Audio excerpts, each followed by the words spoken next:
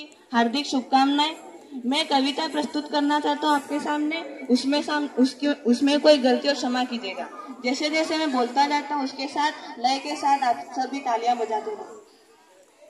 बरगद नीम और अमुआ की छाँव जरूरी है। बरगद नीम और अमुआ की छाँव जरूरी है। इसीलिए इस हिंदुस्तान में गाँव जरूरी है। बरगद नीम और अमुआ की छाँव जरूरी है। इसीलिए इस हिंदुस्तान में गाँव जरूरी है। गाँव का हृदय स्थल प्रभु जी का धाम है, जहाँ भोगते के सब होते शुरू काम है। कोरोना ने शहरों को अब तो सिखा दिया है, गाँव में तो सदियों से होता राम राम है। और पोतों को दादा के छूना, पोतों को दादा के छूना पाँव जरूरी है। इसीलिए इस हिंदुस्तान में गाँव जरूरी है।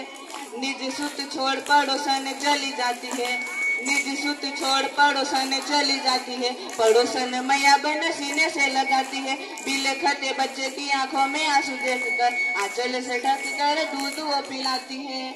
और माताओं में यह ममता का, माताओं में यह ममता का भाव जरूरी है। इसीलिए इस हिंदुस्तान में गाँव जरूरी है।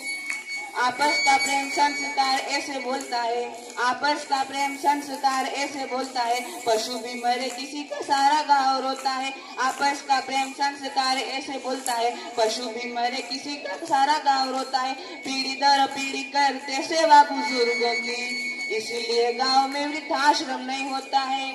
और अपनों से होना अपना लगाव जरूरी है।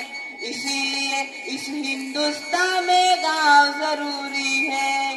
संकट का सागर जो होता है उफान पर, संकट का सागर जो होता है उफान पर, तब बन आती है हर किसी की जान पर। संकट का सागर जो होता है उफान पर, तब बन आती है हर किसी की जान पर। मुश्किल समय जब सारे द्वार बंद मिले, अरे तब तेरा स्वागत है गाँव के मकान पर।